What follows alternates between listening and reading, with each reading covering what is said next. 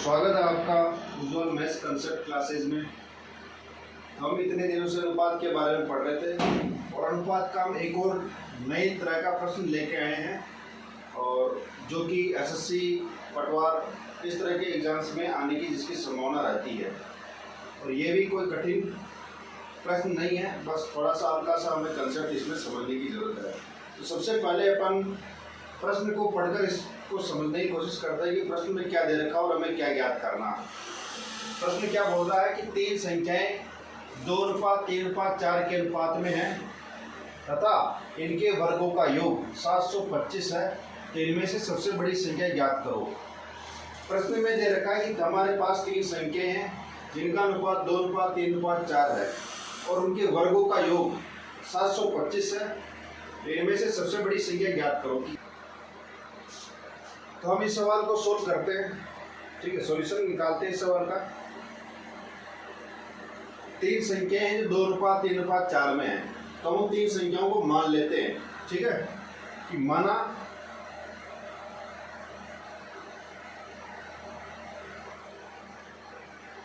तीन संख्याएं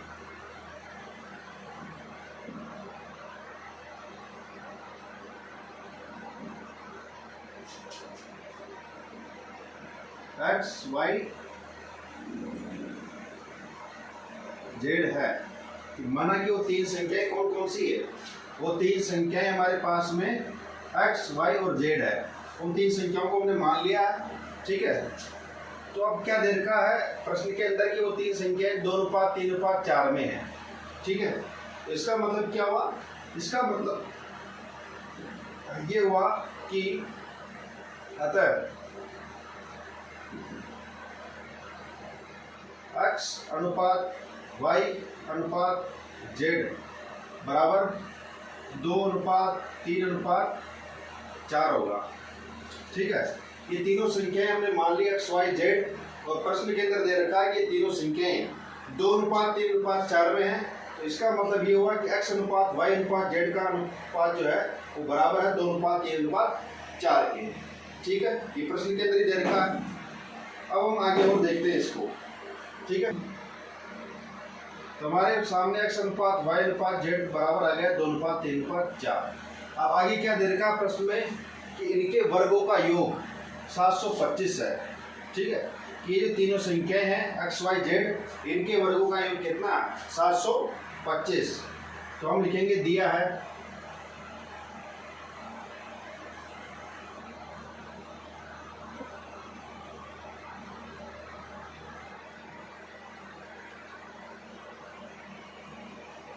x square plus y square plus z square बराबर 725, ठीक है। X square plus y square plus z square का मान कितना होगा, ये होगा 725 होगा। इनमें सबसे बड़ी संख्या ज्ञात करनी है।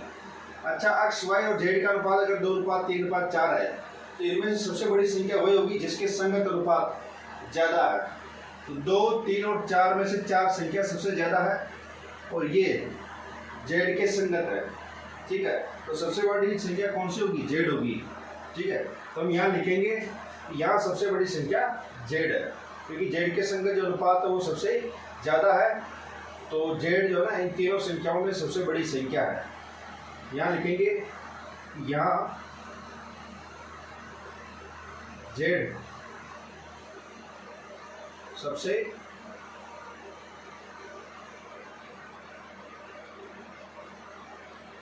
बड़ी संख्या है,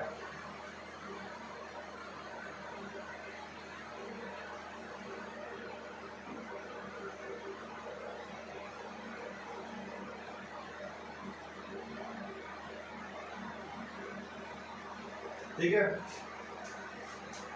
हमारे सामने अब ये समीकरण दे रखी है, इस समीकरण से हमें जेड का मान ज्ञात करना है। तो वो ज्ञात करने के लिए हम सबसे पहले दे रखी जो अनुपात दिया हुआ है उसका प्रयोग करते हैं। अनुपात के अंदर दे रखा है कि x अनुपात जेड का मान है 2:4, ठीक है। दे रखा x अनुपात जेड का मान कितना होगा 2:4। तो हम यहाँ लिखते हैं कि दिया है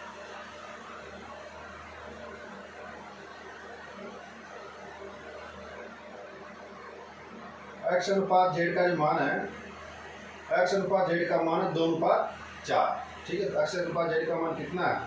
2:4। अब x अनुपात z का मान अगर 2:4 है, ठीक है, तो इसका मतलब हो गया कि x/z का मान कितना होगा?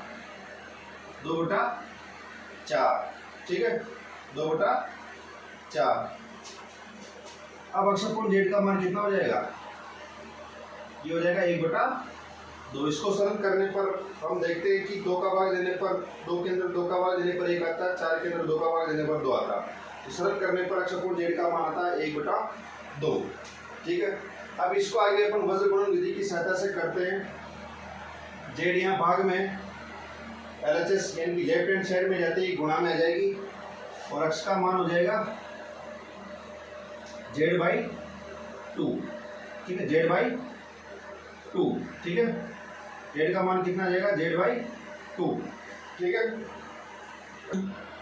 तो x का मान है z/2, तो x बराबर हो गया z/2। अब हम आगे देखते हैं कि y अनुपात z का मान है 3:4। ठीक है, दिखाई दे रहा है आपको? y अनुपात z बराबर है 3:4। ठीक है, और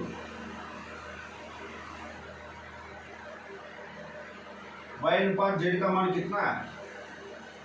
y अनुपात z बराबर है 3:4।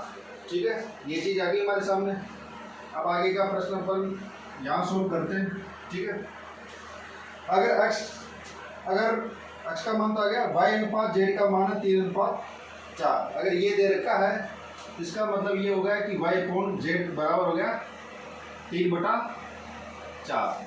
ठीक है, अब इसको वज्र गुणन विधि की सहायता से करते हैं हल। z यहाँ भाग में है, वहाँ जाएगा गुणा में हो जाएगा, y का मान कितना आ जाएगा? y का मान आ जाएगा 3z/4। तो हमारे सामने यहाँ x का मान आ गया, y का मान आ गया, और यहाँ पर हमें एक समीकरण दे रखी है साहब। ठीक है, तो समीकरण में हम x और y का मान रखते हैं। ये जो समीकरण दे रखी है इसके अंदर अपन x और y का मान रखते हैं। लिखते हैं अपन कि समीकरण में x व y का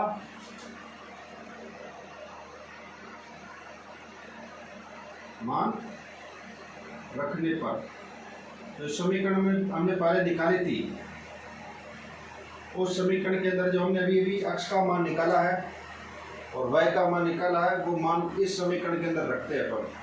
ठीक है, तो जब x के अंदर जब रखते हैं, सारे समीकरण के अंदर x का मान रखते हैं, तो ये आएगा z/2 का होल स्क्वायर। x स्क्वायर है, x की जगह रखते हैं पर z/2, तो ये होगा z/2 का होल स्क्वायर। ठीक है, अब यहाँ पर अपन y की जगह भी y का मान रखते हैं, प्लस y की जगह पर मान रखते हैं 3z/4। 3z/4 का होल स्क्वायर प्लस z का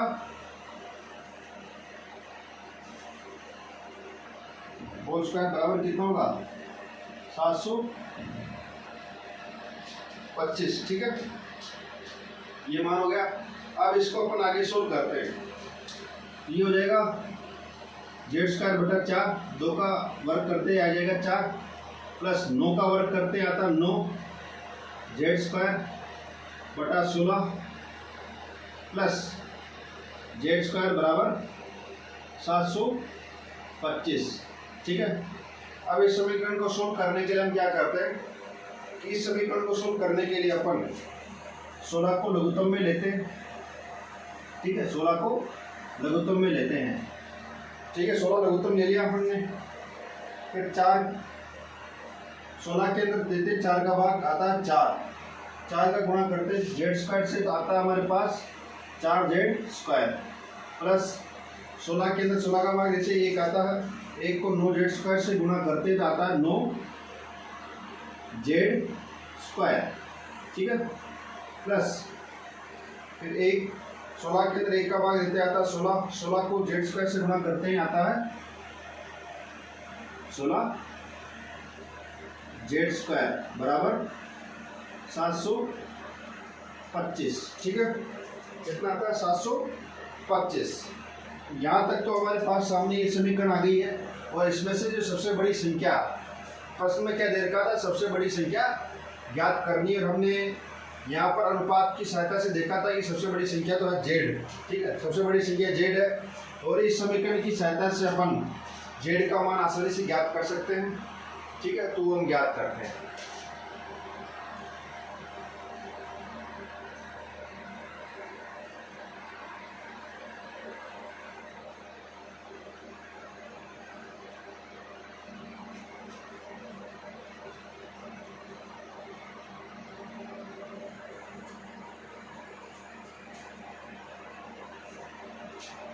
ये आ गई हमारे सामने समीकरण। ठीक है, तो इस समीकरण की सहायता से हम जेड का मान ज्ञात करते हैं। तो सबसे पहले इनको जोड़ देते हैं।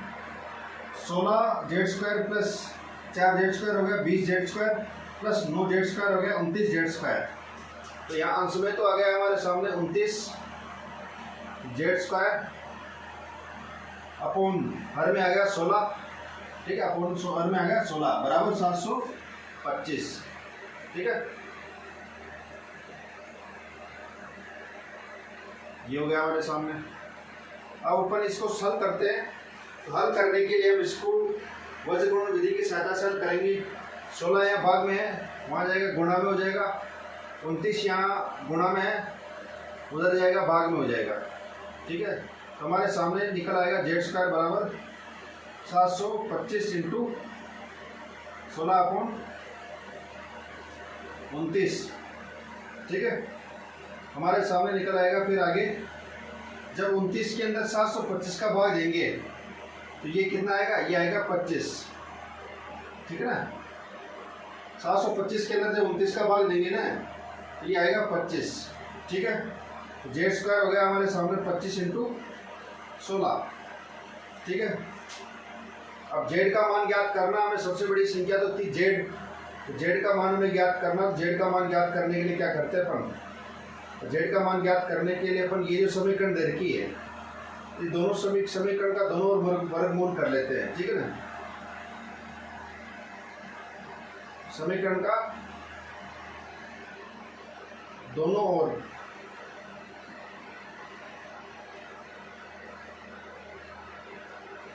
वर्गमूल करने पर इस समीकरण का दोनों ओर वर्गमूल करते हैं अपन, तो जेड का मान हम आसानी से ज्ञात कर सकते हैं। ठीक है, जेड स्क्वायर का जो वर्गमूल होगा वो तो आ जाएगा जेड बराबर, इसका वर्गमूल करते तो आएगा √